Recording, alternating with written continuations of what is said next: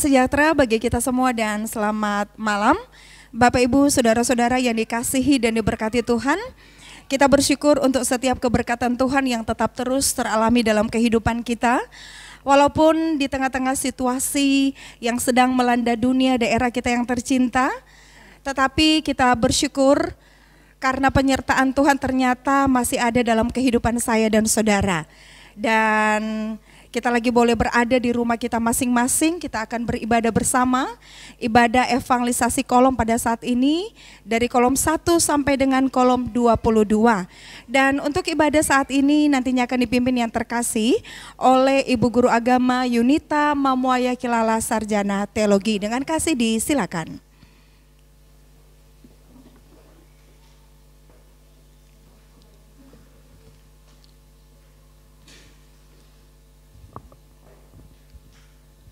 Salam sejahtera bagi kita semua, selamat malam. Kita akan memulaikan ibadah kita, ibadah kolom.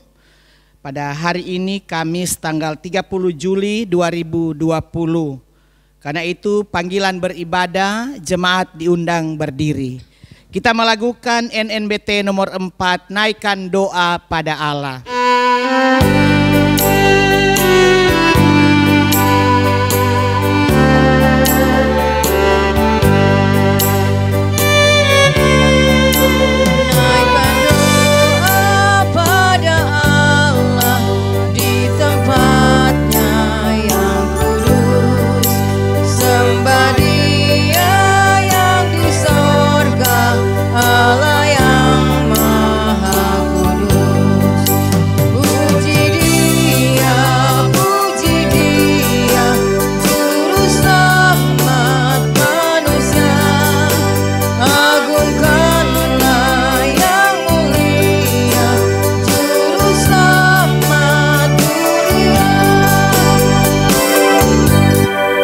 Ini ditahbiskan, pertolongan kepada kita adalah dalam nama Tuhan yang menjadikan langit dan bumi, yang tetap setia untuk selama-lamanya dan tidak meninggalkan perbuatan tangannya. Amin. Kasih karunia dan damai sejahtera dari Allah Bapa kita dan dari Tuhan Yesus Kristus menyertai saudara-saudara. Amin. Yesaya 53 ayatnya yang keempat yang menjadi nats pembimbing kita. Tetapi sesungguhnya penyakit kitalah yang ditanggungnya dan kesengsaraan kita yang dipikulnya.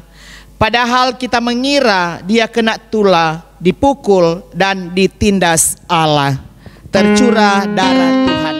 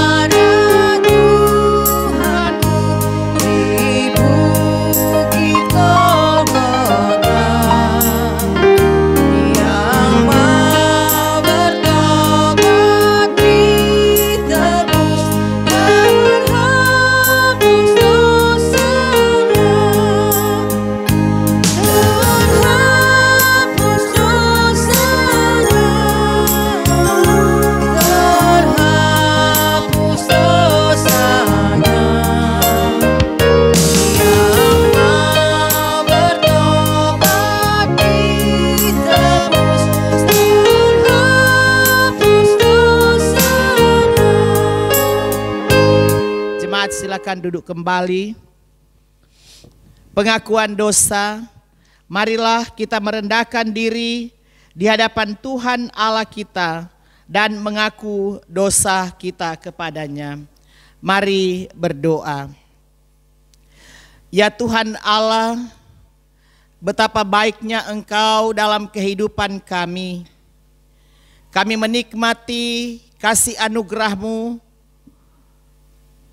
dalam menapaki dan memperjuangkan kehidupan kami di tengah-tengah dunia ini. Kami bersyukur Tuhan karena Engkau masih menganugerahkan satu peribadatan yang boleh dilaksanakan dalam persekutuan di kolom-kolom di Jemaat Gemim Saitun Karombasan dan Rano Tanak Weru, walaupun masih dilaksanakan di rumah masing-masing. Kami bersyukur Tuhan, kami disatukan dalam persekutuan ibadah ini. Bapak, Ibu, pemuda, remaja, anak-anak, orang tua, kami menyatu bersyukur karena kebaikan-kebaikan Tuhan terus menjadi bagian bagi kami. Sekalipun kami menyadari Tuhan bahwa dalam perjuangan iman kami, begitu banyak persoalan-persoalan kehidupan yang kami alami. Di tengah kami menghadapi tantangan karena masih dalam satu pergumulan bersama dunia, bahkan daerah di tempat di mana kami berada. Kami sedang dan masih dalam satu gumul dan juang karena pandemi COVID-19. Ya Tuhan, kami selalu bermohon kepadamu, kekuatan iman tetap Engkau berikan kepada kami. Walaupun kami merasa ada ketakutan-ketakutan yang melanda kehidupan ini, tapi kami bersyukur Tuhan, Engkau masih mengasihi dan menyayangi kami. Terima kasih ya Tuhan Allah. Sambil kami terus menyadari dosa dan kesalahan kami, banyak berkat-berkat yang Tuhan anugerahkan kepada kami, tapi juga banyak pergumulan-pergumulan yang kami alami, penderitaan-penderitaan yang selalu menghampiri kehidupan kami sebagai umat-Mu. Tetapi Tuhan tidak meninggalkan kami. Kasih setia Tuhan selalu nyata, dan terpuji nama Tuhan karena karya dan pengorbanan Kristus di kayu salib, berkorban demi untuk menyelamatkan kehidupan kami, orang-orang yang berdosa. Kami merasa ada sukacita karena keselamatan Tuhan anugerahkan dalam kehidupan kami. Terpujilah Engkau Tuhan, inilah kami yang mengaku dosa kepadamu, dalam nama Tuhan Yesus Kristus. Amin. Bila kulihat bintang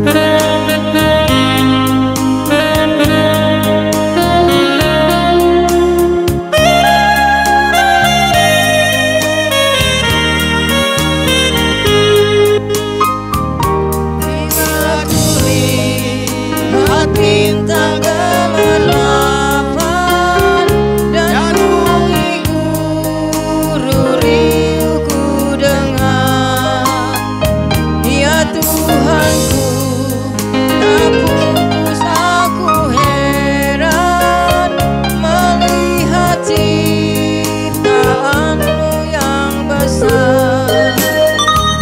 Maka jiwaku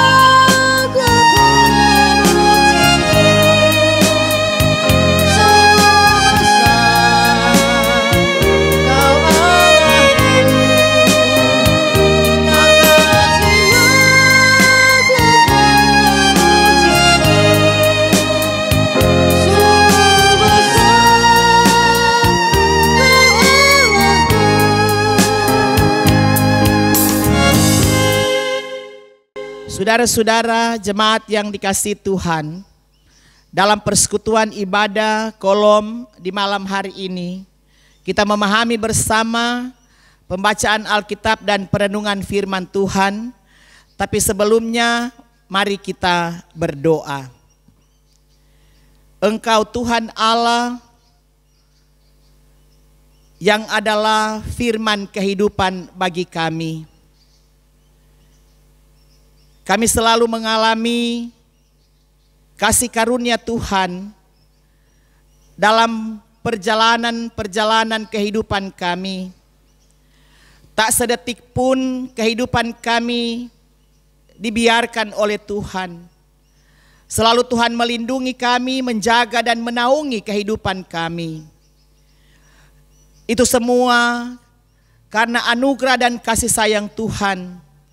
Sehingga Engkau terus mengajar-ajarkan bagi kami untuk selalu taat dan setia kepada Engkau Tuhan Allah yang adalah firman kehidupan bagi kami. Di malam hari ini ada bagian firman-Mu yang akan menjadi perenungan dan penghayatan kami bersama dalam persekutuan Gereja Masehi Injili di Minahasa, tapi juga persekutuan jemaat yang ada di kolom 1 sampai dengan kolom 22 yang beribadah di rumah masing-masing. Kami mau membaca dan merenungkannya Tuhan. Meteraikanlah firman-Mu. Biarlah hamba-Mu dalam menyuarakan kebenaran firman-Mu diberi hikmat oleh Tuhan. Sehingga firman ini menjadi kekuatan-kekuatan dalam kehidupan kami semua. Hadirlah Engkau Tuhan dan berfirmanlah, kami semua sedia mendengarkan firman-Mu yang suci kudus. Amin. Saudara-saudara jemaat yang dikasihi Tuhan, kita memahami bersama bagian pembacaan Alkitab dalam Injil Markus pasal 2, ayatnya yang pertama sampai dengan ayatnya yang ke-12. Injil Markus pasal 2, ayat 1 sampai 12, dalam perikop orang lumpuh disembuhkan. Kemudian sesudah lewat beberapa hari, waktu Yesus datang lagi ke Kapernaum, tersiarlah kabar bahwa ia ada di rumah. Maka datanglah orang-orang berkerumun sehingga tidak ada lagi tempat, bahkan di muka pintu pun tidak. Sementara ia memberitakan firman kepada mereka, ada orang-orang datang membawa kepadanya seorang lumpuh digotong oleh 4 orang. Tetapi mereka tidak dapat membawanya kepadanya karena orang banyak itu. Lalu mereka membuka atap yang di atasnya. Sesudah terbuka, mereka menurunkan tilam tempat orang lumpuh itu berbaring. Ketika Yesus melihat iman mereka, berkatalah ia kepada orang lumpuh itu, "Hai anakku, dosamu sudah diampuni." Beberapa ahli Taurat, mereka berpikir dalam hatinya, mengapa orang ini berkata begitu? Ia menghujat Allah. Siapa yang dapat mengampuni dosa selain daripada Allah sendiri? Tetapi Yesus segera mengetahui dalam hatinya bahwa mereka berpikir demikian. Lalu ia berkata kepada mereka, "Mengapa kamu berpikir begitu dalam hatimu? Manakah lebih mudah mengatakan kepada orang lumpuh ini dosamu sudah diampuni, atau mengatakan bangunlah, angkatlah tilammu dan berjalan? Tetapi supaya kamu tahu bahwa di dunia ini anak manusia berkuasa mengampuni dosa, berkatalah ia kepada orang lumpuh itu, kepadamu kukatakan, bangunlah, angkatlah tempat tidurmu dan pulanglah ke rumahmu." Dan orang itu pun bangun, segera mengangkat tempat tidurnya dan pergi keluar di hadapan orang-orang itu, sehingga mereka semua takjub. Lalu memuliakan Allah, katanya, "Yang begini belum pernah kita lihat." Demikian pembacaan Alkitab. Tuhan memberkati pembacaan firman-Nya yang suci kudus. Amin. Saudara-saudara, jemaat yang dikasihi Tuhan Yesus Kristus, minggu terakhir di bulan Juli 2020, Tuhan masih menganugerahkan kita waktu untuk beribadah, dan kita boleh menjadikan rumah kita menjadi mezbah bagi kemuliaan nama Tuhan. Saudara-saudara, pelayanan Yesus di dunia terkesan memang sangat singkat. Namun dengan waktu yang sangat singkat itu, ia bisa menyelesaikan misinya di dunia. Dan ia telah menggenapi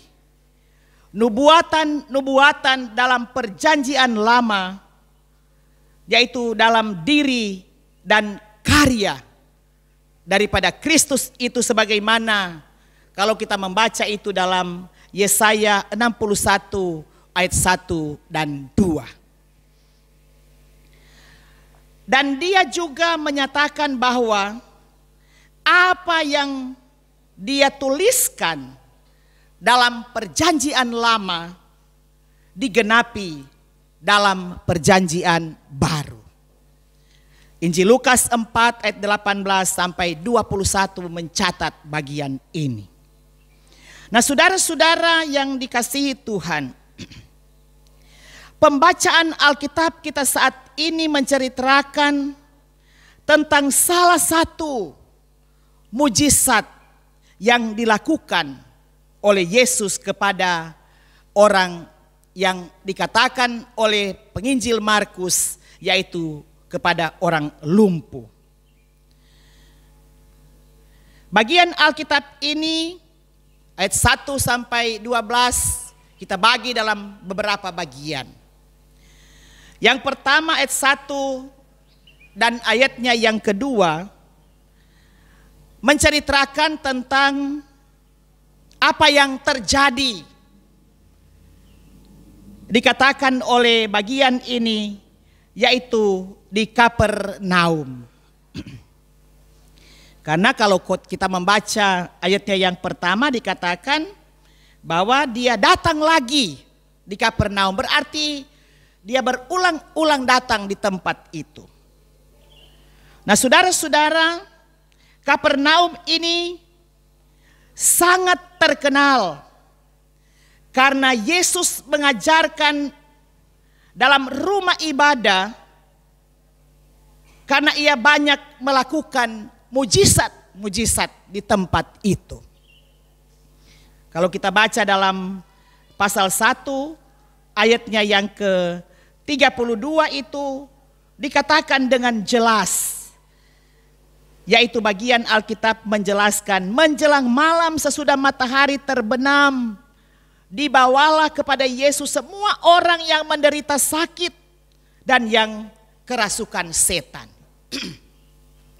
Berarti tempat itu adalah tempat yang sangat membawa satu hal yang terindah dalam pelayanan Yesus.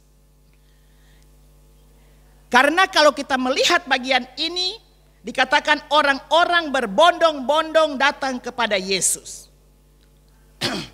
Nah, kita akan mendapati bahwa Yesus mengecam akan kota Kapernaum karena saudara-saudara, ternyata meskipun Yesus di sana banyak melakukan mujizat, tapi ada banyak penduduk kota ini yang belum bertobat dan menjadi percaya. Dan kota ini pada akhirnya tidak bertahan. Dan dia hancur pada tahun 750 Masehi. Dan sekarang kota ini hanya menjadi situs arkeologi, yaitu tinggal reruntuhan saja. Ayat 3 sampai 5 kita lihat ada 3 kelompok orang yang dicatat dalam bagian ini. Kelompok yang pertama, bahwa orang banyak yang berkerumun. Kita tahu pasti bahwa maksud mereka berkerumun itu bisa-bisa mereka berkerumun hanya melihat apa yang terjadi di tempat itu. Tapi juga ada yang berkerumun karena memang ingin mendengar Injil yang Yesus beritakan. Atau mungkin hanya sekedar ikut-ikutan saja. Karena melihat ada banyak orang, begitu banyak orang yang datang mau menyaksikan tentang penginjilan yang dilakukan oleh Yesus di tempat itu. Ya, biasa saudara-saudara, sifat manusia ini suka penasaran. Apalagi lihat di mana tempat orang banyak, maka di situ mereka datang dan menyaksikan apa yang sedang terjadi. Nah, kelompok yang hanya melihat dan mendengar tentang Yesus tanpa mengalami kuasa Yesus, itu sama halnya dengan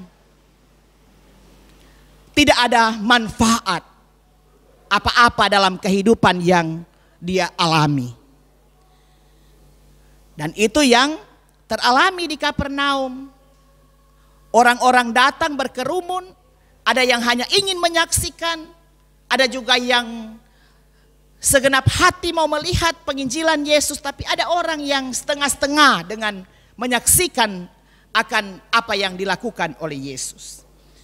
Kemudian yang kedua, kelompok 4 orang yang dikatakan oleh penginjil Markus, yaitu mereka datang di tempat itu dalam usaha, dalam upaya membawa orang yang lumpuh, yang tidak berdaya, dalam pergumulan, dalam penderitaan, tidak bisa berjalan, kemudian digotong oleh 4 orang untuk menjumpai Yesus.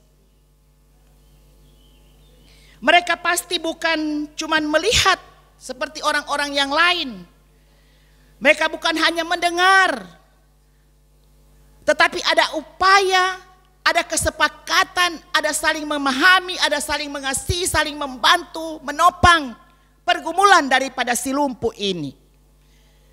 Tapi lebih daripada itu, mereka bertindak dengan usaha untuk merasakan kuasa Yesus sesuai dengan apa yang mereka ketahui tentang mujizat-mujizat yang dilakukan oleh Yesus. Tempat di mana mereka menggotong orang yang lumpuh ini membawa kesulitan yang sangat luar biasa, karena mereka tidak bisa berjumpa dan membawa si lumpuh ini berhadapan langsung dengan Yesus. Tapi apa yang mereka lakukan, saudara-saudara, dikatakan dalam bagian Alkitab ini upaya yang luar biasa. Ya, upaya yang luar biasa yang dilakukan oleh orang keempat orang ini, yaitu ketika mereka membuka atap rumah itu dan menurunkan tilam di mana si lumpuh itu berada, ya, di tilam itu.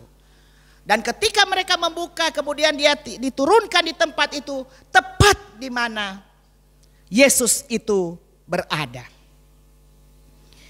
Nah, itu yang dikatakan oleh Yakobus pasal 2 ayat 17, ya.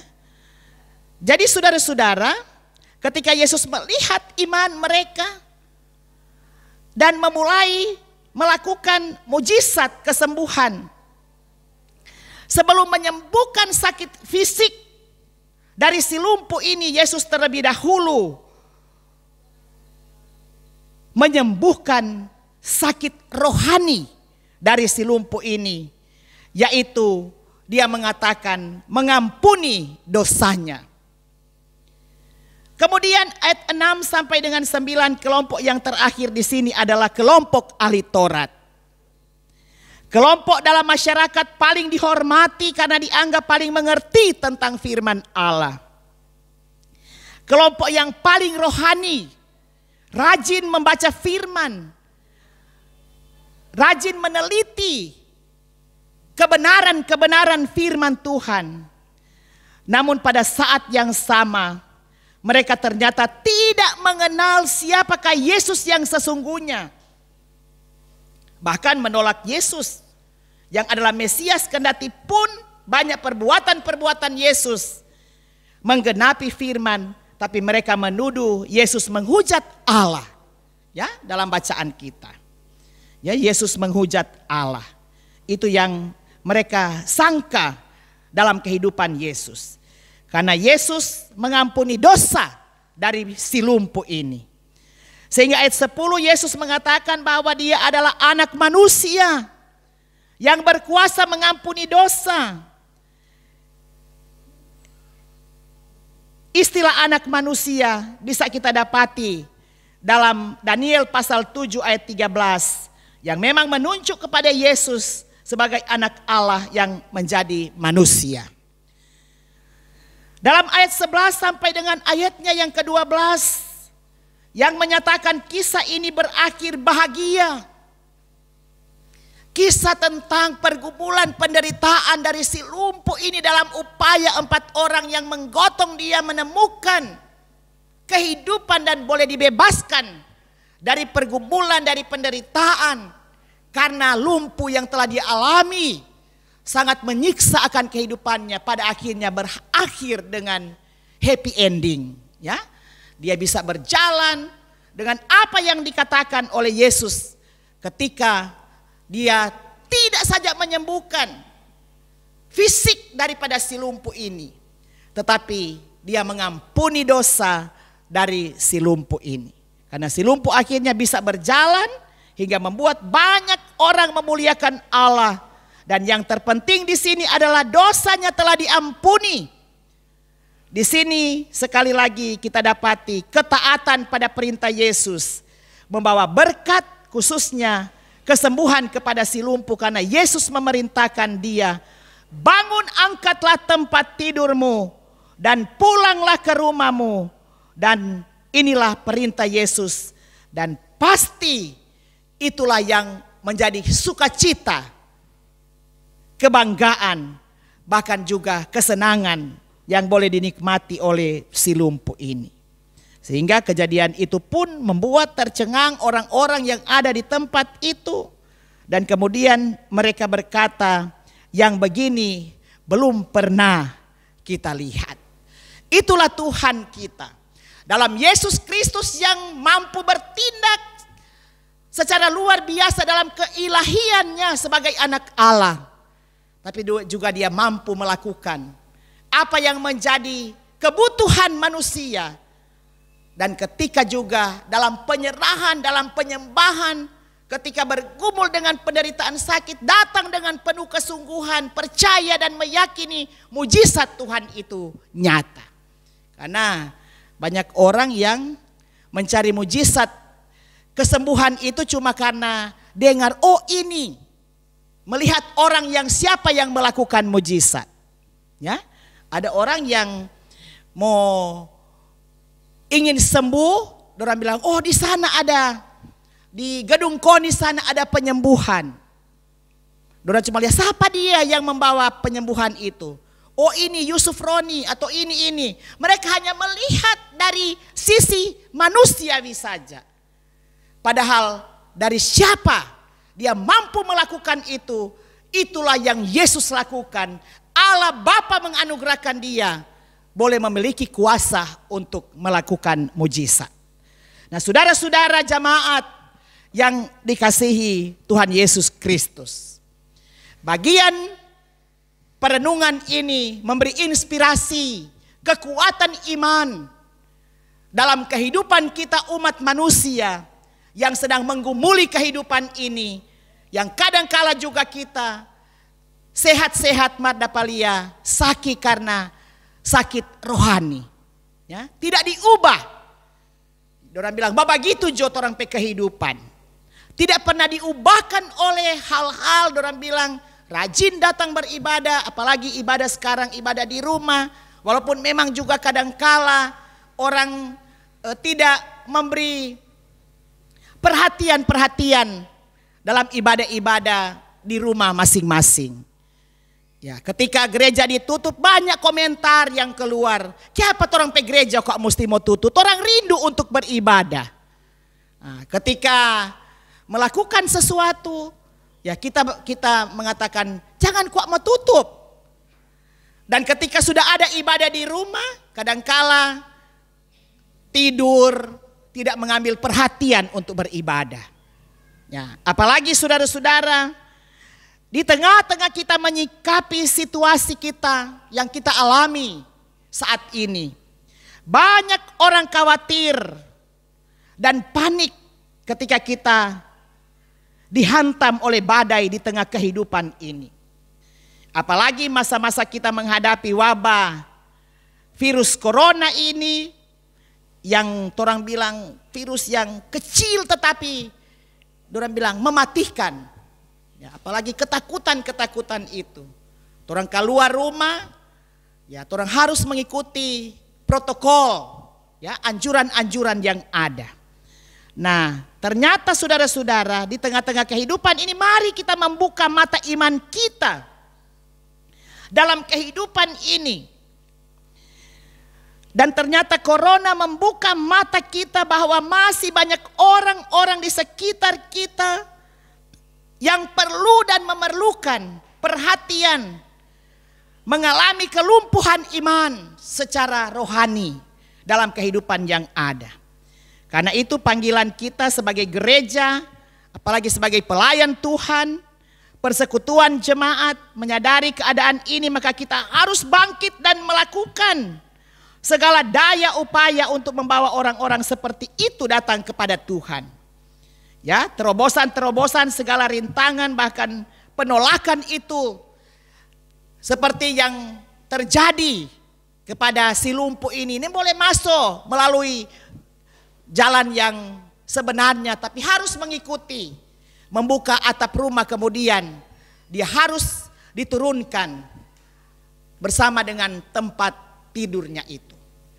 Nah, saudara-saudara, beritakanlah Injil Kerajaan Allah kepada mereka.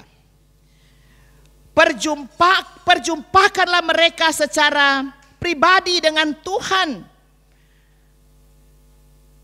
Sekalipun ada bahaya-bahaya yang akan kita hadapi, ya. Sekalipun ada virus yang mematikan, tetap kita bergumul dengan kehidupan ini. Mari kita tetap datang kepada Tuhan. Karena Tuhan sudah membuka kehidupan kita, menjadikan kehidupan kita benar-benar memiliki kualitas iman. Walaupun kita harus mengikuti aturan-aturan yang ada dalam rangka kita menghindarkan diri kita dari mewabahnya virus corona ini. Ya. Ada banyak upaya yang dilakukan, apalagi melalui ibadah-ibadah yang ada. Ya, orang kurang mau putar itu, orang pe televisi, channel 9 melalui TV kabel, ya, di YouTube dan lain-lain sebagainya, dan bisa kita bersekutu dalam satu persekutuan dengan Tuhan. Apalagi jemaat Gemi Besaitun sudah 2 minggu ini memulai untuk beribadah di rumah Tuhan, diawali dengan pelayan khusus, kemudian kolom-kolom yang sudah tergilir, terjadwal dalam peribadatan-peribadatan yang ada. Tentu kita harus mengikuti aturan-aturan yang ada. Nah, karena itu mari kita tetap punya komitmen iman. Menjadi seperti 4 orang yang menggotong si lumpuh ini berjumpa dengan Yesus. Jangan kita jadi seperti ahli-ahli Taurat yang hanya belajar tentang firman, tapi perbuatan nyata itu tidak pernah dilakukan. Apalagi percaya dan mengimani Yesus yang adalah anak Allah yang diutus ke dalam dunia ini. Ya, mari kita tetap berupaya menjadikan kehidupan kita, ketika kita sehat secara jasmani, rohani kita pun harus betul-betul sehat dalam menyikapi kehidupan ini. Dan kita tetap percaya iman dan komitmen melayani itu membutuhkan aksi, tindakan serta perwujudan yang nyata. Bukan hanya menjadi konsep, cuma teori, tetapi kita harus action dengan pelaksanaan ini. Karena iman tanpa perbuatan pada hakikatnya adalah mati. Karena itu tema di minggu ini, pelayanan gereja yang menyembuhkan. Maka gereja harus mencari orang-orang yang mau disembuhkan secara rohani. Yang acuh tak acuh tidak melakukan apa yang menjadi harapan Tuhan. Tergiur atau apalagi dinabobokan dengan keadaan-keadaan yang ada. Karena 1 Korintus 15 ayat 58 mengatakan, giatlah selalu dalam pekerjaan Tuhan, Sebab kamu tahu, pada dalam persekutuan dengan Tuhan, jerih payamu tidak sia-sia. Berjuang, bahkan juga mampu untuk menghadapi situasi apapun. Jangan pernah gentar, iman kita harus sehat kuat, dan rohani kita pun tetap bertumbuh dalam iman, percaya kepada Tuhan Sang Juru Selamat yang melakukan mujizat yang nyata dalam setiap kehidupan kita. Amin. Saudara-saudara yang dikasihi Tuhan Yesus Kristus, kita akan memberikan persembahan sambil kita dihentar dengan pujian Tuhan Kau Gembala Kami.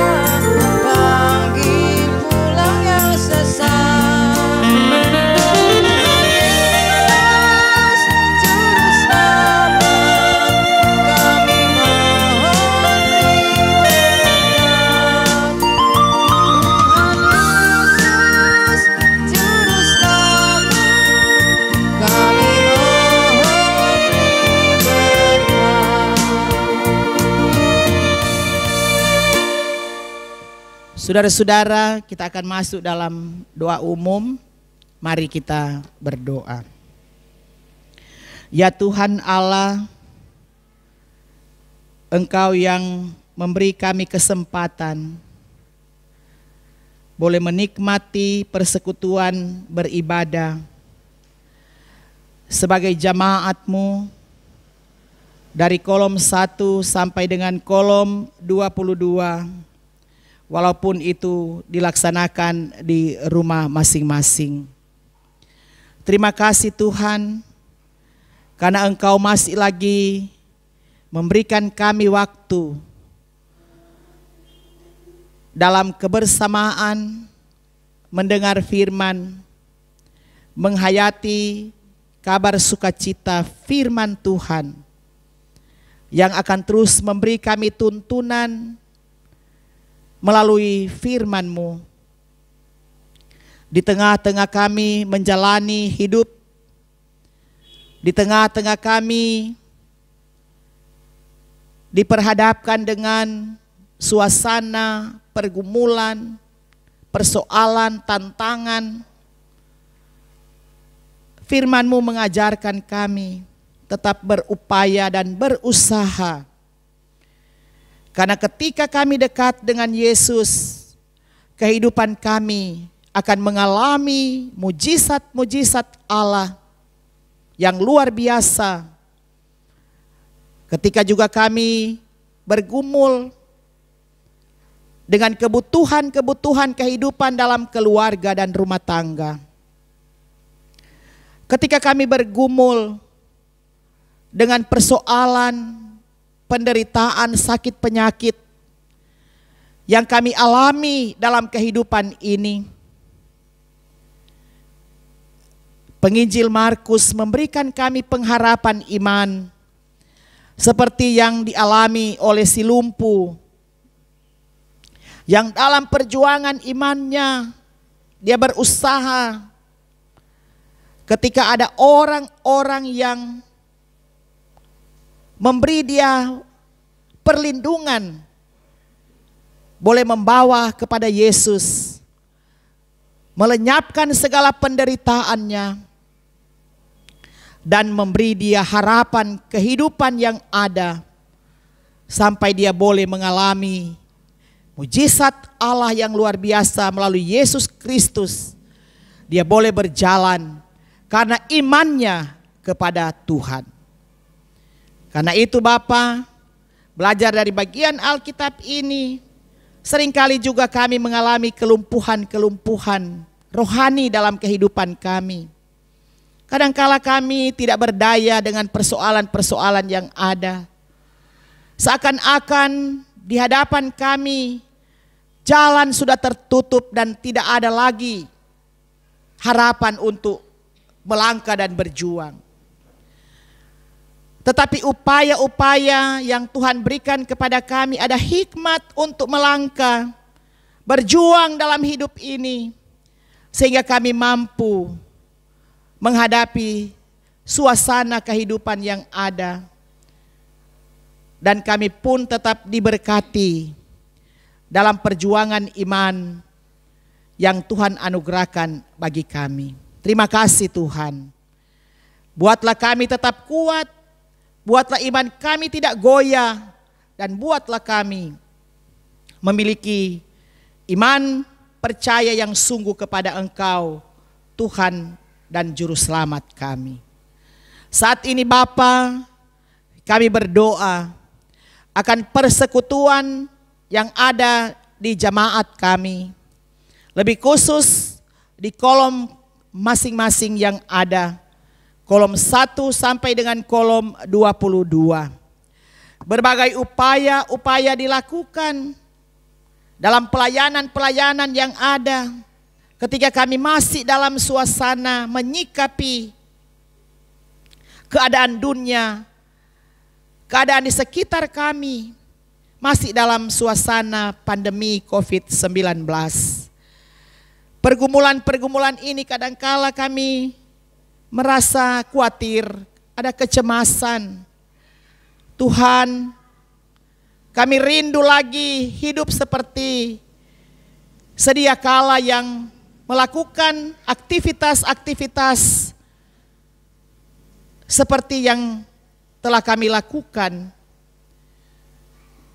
Dan ketika juga kami bergumul di masa-masa sekarang ini, kami harus memperjuangkan studi anak-anak cucu kami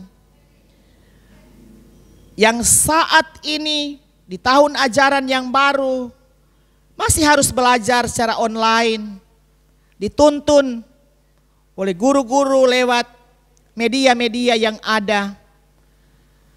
Kiranya Tuhan Allah tetap memberi kami sukacita. Berkati setiap upaya yang dilakukan, supaya kami tetap memperjuangkan kehidupan ini dengan apapun yang kami alami. Tuhan Allah, kami berdoa bagi kehidupan jemaat kami yang bergumul oleh karena penderitaan-penderitaan yang mereka alami. Di dalamnya mereka yang sakit harus dirawat di rumah sakit. Mereka juga harus dirawat di rumah masing-masing yang sudah sakit sekian lama. Kami berdoa bagi Bapak Jody Sumilat yang dirawat di rumah sakit, Ibu Ani Mononimbar Waluyan, orang tua dari keluarga Pontok Mononimbar, anak dari keluarga Pongai Dondo. Mereka semua membutuhkan Engkau Tuhan. Di tengah penderitaan-penderitaan yang dialami. Bahkan ada saudara-saudara kami yang jemaat kami yang bergumul karena penderitaan sakit dalam pemulihan di rumah masing-masing. Mari kiranya Tuhan, Engkau menolong dan menyembuhkan mereka di dalam nama Tuhan Yesus Kristus. Kuatkan, bahkan juga beri mereka pengharapan dalam iman kepada Engkau Tuhan Allah. Saat ini Bapa, mereka yang berduka cita ketika ditinggal pergi oleh orang-orang yang dikasihi. Ada anggota keluarga kami yang ada di kolom 1 sampai kolom 22 kehilangan orang-orang yang mereka kasihi. Keluarga Pontok Rasu, keluarga Rantung Mokodaser, keluarga Mundung Yakobus, keluarga Moninca Silalahi, keluarga Raung Ukus, keluarga Seko Walado, keluarga Pangemanan Rumengan. Tapi juga ada keluarga yang bergumul karena kepergian orang yang dikasihi yang ada di kolom 22. Mari kiranya Tuhan, Engkau menolong mereka, hiburkan dan kuatkan mereka dalam duka nestapa kepergian orang yang dikasihi. Kami juga berdoa pemerintah bangsa dan negara kami dari pusat sampai ke desa dan kelurahan, lebih khusus mereka yang harus berjuang, berada di garda terdepan, para medis, dokter yang selalu berjuang memberi diri untuk pengobatan-pengobatan bagi mereka yang terkena virus corona yang ada di rumah-rumah sakit yang ada. Lebih khusus di daerah kami, Tuhan melihat mereka dan memberkati kehidupan yang ada. Bapa di sorga, berkati pelayanan yang ada di jemaat kami, badan pekerja majelis jemaat, bahkan juga pendeta guru agama, penatua syamas, konator bipra, penasihat majelis, sampai kepada pegawai gereja dan kostor, perangkat-perangkat pelayanan yang ada. Tuhan berkati. Tuhan juga menolong panitia hari-hari raya gerejawi dalam program bersama, sekalipun di tengah menghadapi pandemi COVID-19 ini. Program yang direncanakan dengan upaya-upaya yang ada, walaupun tidak seperti yang diharapkan, tapi mereka telah berupaya boleh melakukan yang terbaik demi kemuliaan nama Tuhan. Terima kasih Tuhan. Keluarga dan rumah tangga kami serahkan kepadamu. Perjuangan iman kami bagi keluarga yang ada, anak-anak cucu kami, hubungan suami istri selalu hidup harmonis, bahagia. Orang tua dan anak-anak tetap Tuhan berkati.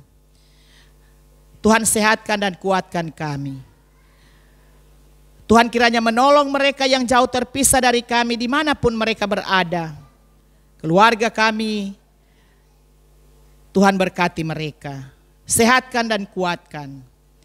Kami telah memberikan persembahan syukur dalam persekutuan ibadah kami di malam hari ini.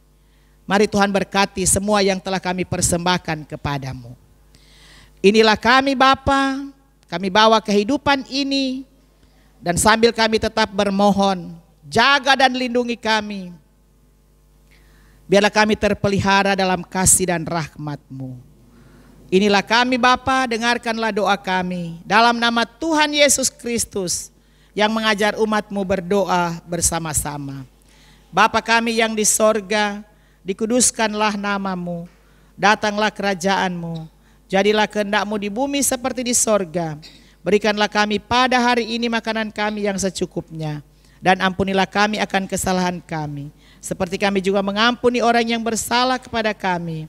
Dan jangan lambat kami ke dalam pencobaan, tapi lepaskan kami daripada yang jahat, karena Engkaulah yang mempunyai kerajaan, kuasa dan kemuliaan sampai selama-lamanya. Amin. Kita menutup ibadah ini diundang berdiri. Kita melakukan Allah peduli.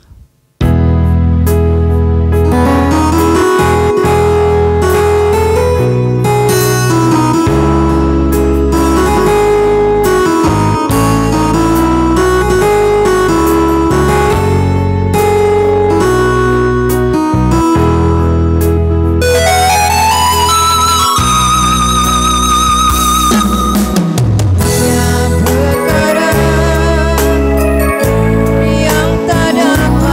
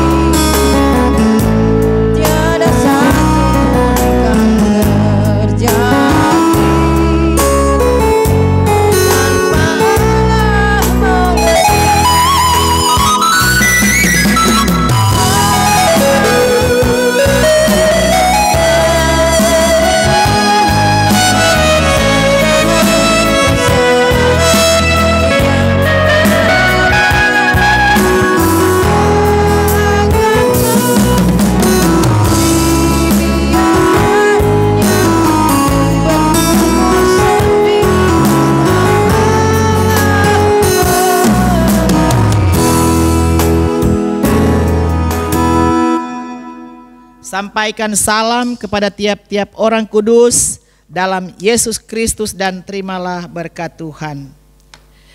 Kasih karunia Tuhan Yesus Kristus, kasih Allah dan persekutuan Roh Kudus menyertai saudara sekalian.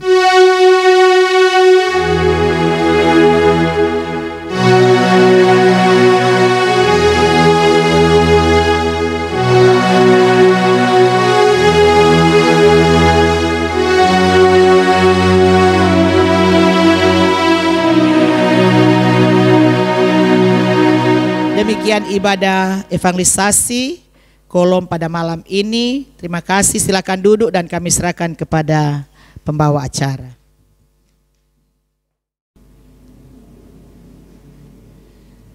Ya, terpujilah Kristus yang adalah kepala gereja dan Tuhan dunia yang sudah boleh berkenan menyertai akan ibadah evangelisasi Kolom.